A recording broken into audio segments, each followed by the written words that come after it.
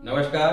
आज हम बात करेंगे कुंडली के खंड नंबर 5 जो हमारे संतान और शिक्षा का घर है, जहां से औलाद की स्थिति को देखा जाता है। खंड नंबर 5 जहां पर कालपुरुष कुंडली के हिसाब से 5 नंबर की राशि लिखी गई है, यानी कि सिंह राशि। और इस घर के मालिक कौन हुए? सूर्यदेव, जो कुंडली के अंदर सभी घरों के राजा हैं। कुंडली के अंदर राजा कौन है? सूर्यदेव। और मंगल को सेनापति कहा गया है। तो यहाँ पर सेनापति मंगल राजा के घर में किस तरह का शुभ प्रभाव देंगे? क्योंकि यहाँ पर मंगल जो है वो आपका शुभ फल ही प्रदान करते हैं, पर कुछ एक कंडीशन में अशुभ प्रभाव भी दे सकते हैं। तो यहाँ पर मंगल के शुभ और अशुभ प्रभाव, साथ ही कौन सी प्रिकॉशन और रेमेडी बताई गई है, जिनको ध्यान में रखकर हम यहाँ बैठे मंगल का ज्यादा से ज्यादा लाभ ले सकते हैं। क्योंकि यहाँ पे बैठा मंगल जो है व्यक्ति को बहुत ज्यादा धन दौलत अमीरी देता है। अब खान नंबर 5 में नेक हालात से पहले जनरली मंगल के लिए क्या कहा गया है? रईसों का बाप दादा अगर मंगल बद तो शरीर जल्दी घर से बाहर मुस्तकिल रिहाइश लावल्दी ही देगी। इसका मतलब यह हुआ कि रईसों का बाप दादा यानी कि ऐसे व्यक्ति के संतान यानी कि लड़का और उसके लड़के यानी कि पोते जो हैं वो रईस होंगे। उनका बाप दादा यानी कि वो खुद भी अमीर होगा, साथ ही उसकी संतान आने वाली जो पुश्ते हैं वो भी अमीर होंगी। तो बहुत ही शुभ स्थिति है। पर अगर कुंडली में मंगल बद कुंडली के अंदर कब बनेगा, इसके ऊपर हमने अभी पीछे वीडियो बनाई है। उस वीडियो में जाके आप चेक कर सकते हैं कि किन कंडीशन में कुंडली के अंदर मंगल किसी भी घर में बैठा हो। पर अगर वो रूल अप्लाई हो रहे हैं तो मंगल बद की कंडीशन में आता है। बद मीन्स बुरा। तो अगर मंगल खराब है तो ऐसे में जद्दी घर से बाहर रिहाइश, अगर ऐसा व्यक्ति अपना जद्दी घर जो बाप दादा का घर है वहां पे जहां उसकी पैदाइश हुई है उससे बाहर जाकर कहीं दूर जाकर अगर रहता है, काम करता है, तो उसके औलाद नहीं होगी, यानी कि लावल्दी ही देगा। औलाद नहीं होगी, औलादी कमी देखने को मिलेगी। अब सबसे पहले बात करते हैं मंगल की नेक हालत के बारे में कि किन हालात में मंगल शुभ फल प्रदान करेंगे, और उसके बाद अशुभ हालात के बारे में। खाना नंबर 3, 5, 9 के सब ग्रह बाहमी मददगार होंगे। 3, 5, 9, 5 जहां मंगल खुद बैठे हैं, तो 3, 5, 9 में कोई भी ग्रह बैठे हों, चाहे वो उनके दुश्मन हो और चाहे मित्र हो, अब वो मंगल को मदद देंगे, किसी तरह का बुरा प्रभाव नहीं देंगे मंगल के लिए। शुक्र, चंद्र, अब शुक्र और चंद्र जो हैं वो कुंडली के अंदर कहीं भी हो, कैसी भी कंडीशन में हो, पर शुभ फल ही प्रदान करेंगे। जिस कदर बूढ़ा होवे अमीरी बढ़ती जाए, ऐसा व्यक्ति जैसे जैसे उसकी उम्र बढ़ेगी वैसे वैसे उसकी धन दौलत बढ़ती जाएगी। और ऐसा व्यक्ति का खुद या खून के रिश्तेदार का डॉक्टरी, हकीमी या दवाइयों से ताल्लुक हो सकता है। कहा गया है कि 5वें घर में मंगल के समय ऐसा व्यक्ति खुद या तो डॉक्टर हो सकता है या हकीमी या दवाइयों मेडिसिन के काम के अंदर हो सकता है, या उसके खून के रिश्तेदार जो ब्लड रिलेटिव उसके भाई वगैरह हो सकते हैं या और भी रिश्तेदार हो सकते हैं, वो आपका इस लाइन में जरूर होंगे। अब मंगल जागता हो, अब मंगल जागते से मतलब यह है कि मंगल 5 में बैठ के दृष्टि कहां जाएगी? 9th हाउस पे। जो लोग फर्स्ट टाइम वीडियो देख रहे हैं दृष्टि के टॉपिक में जाके समझ सकते हैं कि कौन से हाउस से दृष्टि कहां जाती है। रेड बुक के अकॉर्डिंग खंड नंबर 5 से दृष्टि जाती है 9th हाउस पे। अब अगर मंगल जागता हो यानी कि खंड नंबर 9 के अंदर कोई ना कोई प्लैनेट जरूर हो। ये ग्रामर का टॉपिक है कि ग्रह जागते और सोए किसे कहे गए हैं? जब कोई प्लैनेट जिस हाउस पर दृष्टि डालता है, जैसा कि आपका खंड नंबर 5 दृष्टि डालता है आपका 9th हाउस पे, 3 डालता है 11 और 9 पे, फर्स्ट डालता है 7 पे, इस तरह और ग्रह से दृष्टि जहां जाती है तो वहां पर जहां उसकी दृष्टि जा रही है वहां पे अगर कोई प्लैनेट नहीं होता है तो ग्रह सोया हुआ कहलाता है। और वो जागता कब है? जब उनकी एज आती है कि जिसके वो कारक होते हैं, जब वो काम होता है। जैसे शुक्र जागता है अपना 25वें साल में या जब शादी हो जाए, दोनों में से कोई भी कंडीशन। इसी तरह मंगल जो है अपनी उम्र में जागेगा, उसके ऊपर अलग कॉन्सेप्ट है, ग्रामर में जाके आप चेक कर सकते हैं। तो मंगल अगर जागता हो 9th हाउस में कोई ना कोई प्लैनेट जरूर हो, ऐसी कंडीशन में जरूर हो, या बड़ा भाई कायम हो, अगर 9th हाउस में कोई प्लैनेट नहीं है पर उसके बड़ा भाई है, तब भी मंगल जागता हुआ ही माना जाएगा। और नंबर 10 खाली हो, यानी कि 10वें घर में कोई प्लैनेट नहीं हो, ऐसी कंडीशन में लड़के व पोते सब रईस होंगे। औलाद के जन्मदिन से तरक्की पे तरक्की होती जाएगी। ऐसे व्यक्ति के जब उसके संतान पैदा होगी तो पहले हालात चाहे कुछ भी रहे हों, पर यहाँ पे तरक्की देखने को जरूर मिलेगी। हालांकि जनरली ऐसे व्यक्ति के बाप दादा भी अमीर होते हैं, रईस होते हैं। तो यहाँ मंगल की ये शुभ हालात थी। अब बात करते हैं अशुभ हालात में, किस तरह के अशुभ हालात में मंगल अशुभ फल देंगे। अब अशुभ हालात में क्या लिखा है, 5th हाउस में अगर मंगल अशुभ हालात में है। अब अशुभ हालात में कब होगा, यानी कि मंगल बद की जब कंडीशन होगी। अब मंगल बद की कंडीशन के बहुत सारे रूल थे जो आपको बताए गए थे इससे पहली वीडियो में, तो वहां जाके आप चेक कर लीजिए कि अगर आपका मंगल कुंडली के 5वें घर में है और उनमें से मंगल बद का कोई रूल अप्लाई नहीं हो रहा, तो ऐसे में ठीक है। अगर मंगल बद का रूल अप्लाई हो रहा है तो यहाँ बैठा मंगल जो है वो अशुभ हालात में आ जाएगा।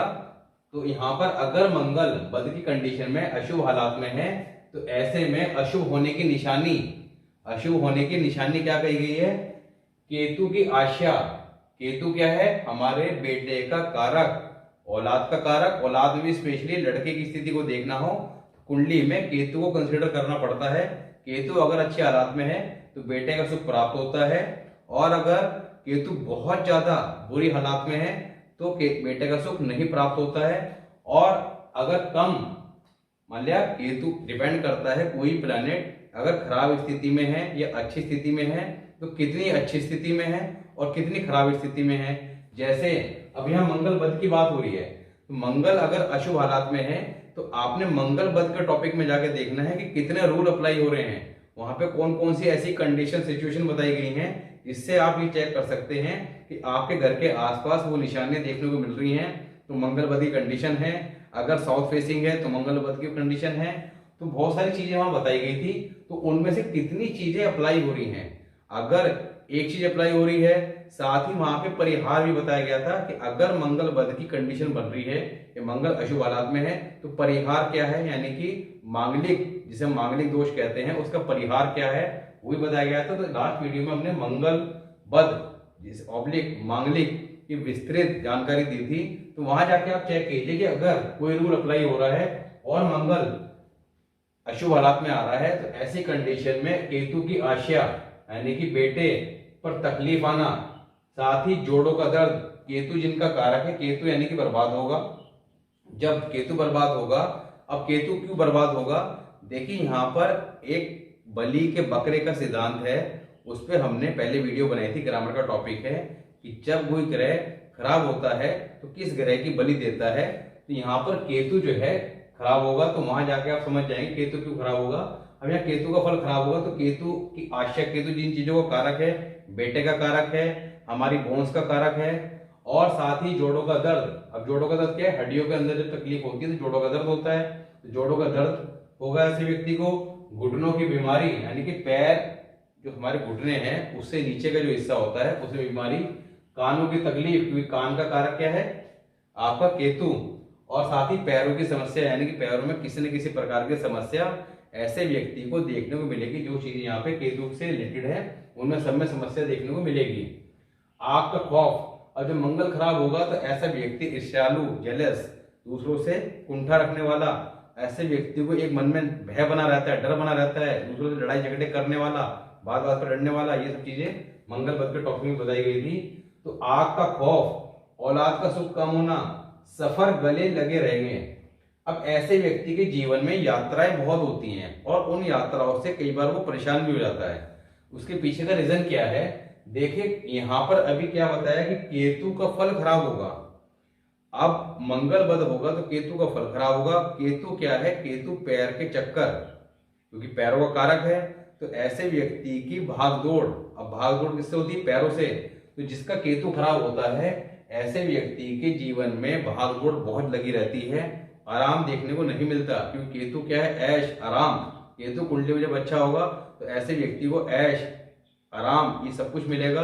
पर अगर केतु खराब होगा तो यहाँ पर भागदौड़ चक्कर, व्यर्थ की भागदौड़, मैंने कई बार काम से होती है, कई बार व्यर्थ की होती है, और कई बार काम के सिलसिले में, तो वो इन यात्राओं से परेशान रहता है।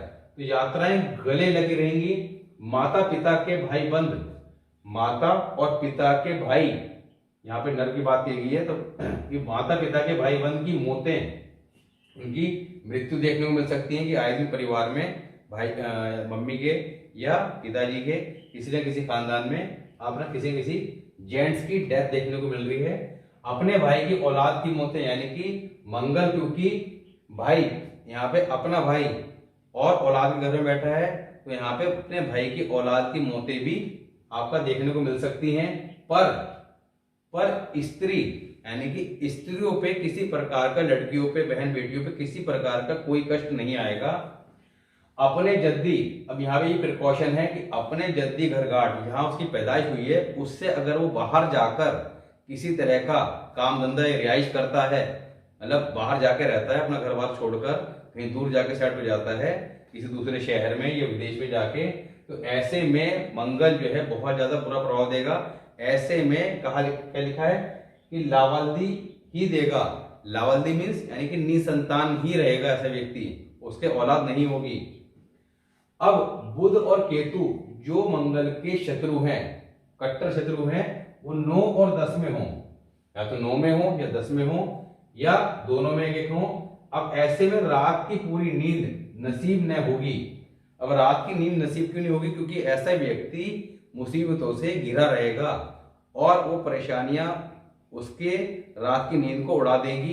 तो यहाँ पर ये काफी खराब स्थिति है अगर 9 और 10 के अंदर आपका बुध केतु है। औलाद के, अब यहाँ पर औलाद भी कष्ट है। औलाद के 8 दिन, 8 साल और आखिरी हद 18 साल पर गुजर जाना। ऐसे व्यक्ति के जब कुंडली में 5वें घर में मंगल है, औलाद के घर में बैठा है। अब मंगल अगर शुभ हालात में है तो जिस घर में बैठा है उस घर के फलों को शुभ करेगा। पर अगर अशुभ हालात में है, अशुभ हालात भी डिपेंड करते हैं कितने हैं। मंगल बद की कंडीशन बन रही है कुंडली में, साथ ही आपका केतु का संबंध अगर करेक्टली हो रहा है, क्योंकि सबसे ज्यादा केतु से इसका फल खराब होता है, क्योंकि केतु क्या है, कुत्ता है, और मंगल शेर।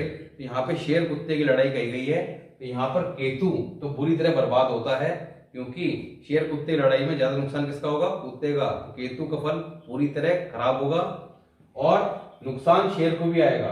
तो यहाँ पर मंगल का फल भी खराब होता है और केतु का भी। अब औलाद, तो औलाद पे कष्ट आएगा, या तो औलाद पैदा होने के 8वें दिन, या आपका 8वें साल, या आखिरी हद का है 18 साल पर गुजर जाना। इस तरह के वाकयात हो सकते हैं। अब उपाय की बात करते हैं तो यहाँ पे कहा गया है कि रात के समय ऐसे व्यक्ति को सिरहाने, अपने सिरहाने पानी रखकर सोना, इसका उपाय बताया गया है। पानी क्यों कहा गया है? क्योंकि यहाँ पर मदद दी गई है इसके मित्र ग्रहों की। मित्र ग्रह कौन? चंद्रमा। क्योंकि चंद्रमा 5वें घर में आपका शुभ फल देते हैं। तो मित्र ग्रह में भी जब मदद देते हैं तो डिपेंड ये करता है कि कौन से ग्रह की मदद देनी है, और वो उस घर में जाके शुभ फल देगा या अशुभ फल देगा। तो यहाँ पे चंद्रमा क्या है? हमारे मन का कारक। जब मंगल बद की कंडीशन होगी तो ऐसे व्यक्ति के रात की नींद उड़ जाएगी। क्यों? क्योंकि मैंने आपको बताया था कि जब कुंडली में मंगल बद की स्थिति में होगा तो ऐसे में राहु जो है वो नीच के फल देगा। तो राहु जो है नीच के फल देगा, क्योंकि जब कुंडली के अंदर मंगल स्ट्रॉन्ग होता है जिस व्यक्ति का, ऐसे में राहु जो है दबा रहता है। राहु जो है शरारत नहीं करता। अचानक की दुर्घटना, अचानक की मुसीबतें जनरली देखने को नहीं मिलती। पर मंगल जब बद होता है तो मंगल खुद खराब हो गया। ऐसे में राहु शैतान की तरह शरारतें करने लगता है। और रात की नींद, क्योंकि हमारे मन के जो विचार हैं, रात के समय हमें क्या आते हैं? सपने आते हैं। वो सपने राहु के कारक हैं। जो मन में विचार आते हैं, बुद्धि जो है वो बुध है, और बुद्धि में जो विचार हैं वो राहु हैं। तो जो लोग साइंटिस्ट होते हैं या रिसर्चर होते हैं, उनके राहु जो है कुंडली में कहीं ना कहीं अच्छे होते हैं, साथ ही बुध भी। तो बुद्धि भी अच्छी होती है, साथ में राहु जब अच्छा होता है तो वो इस तरह की रिसर्च करा देता है।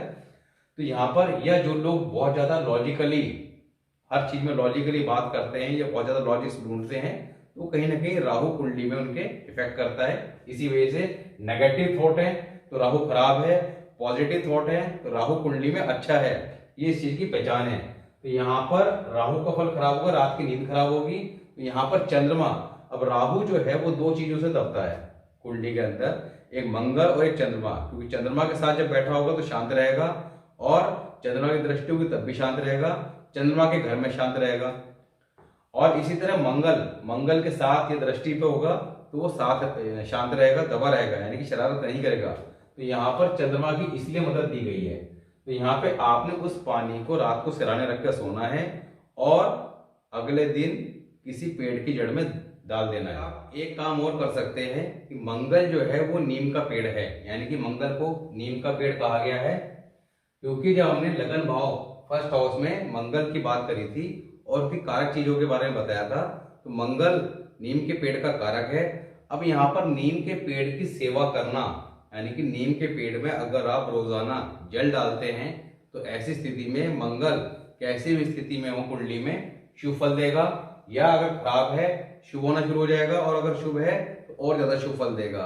अब अगर आपके आसपास कहीं ऐसी स्थिति नहीं है तो आप अपने घर में गमले के अंदर या अगर जगह है तो जमीन में नीम का पेड़ लगा सकते हैं।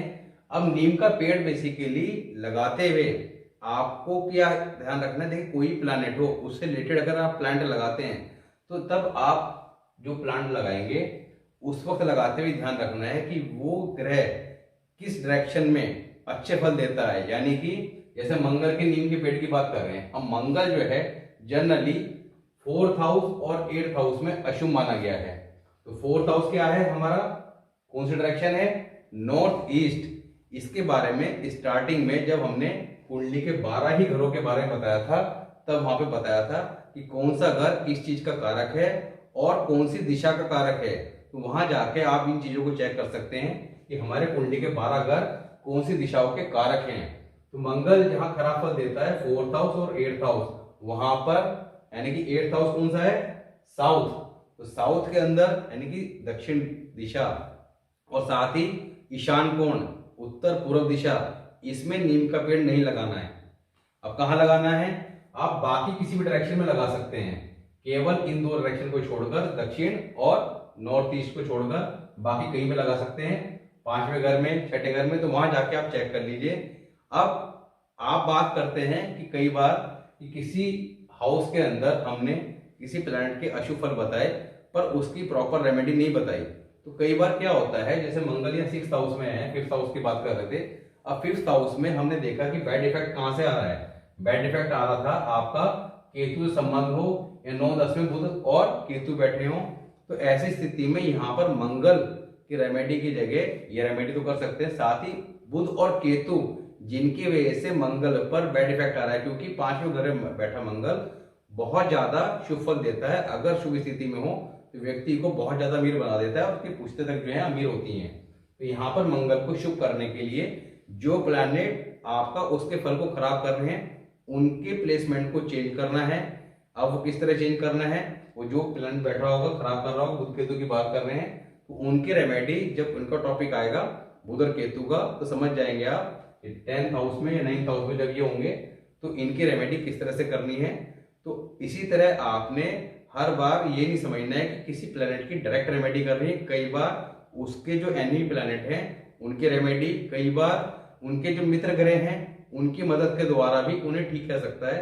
पर यहाँ पर प्रॉपर हर चीज को समझना, जानकारी होना जरूरी है।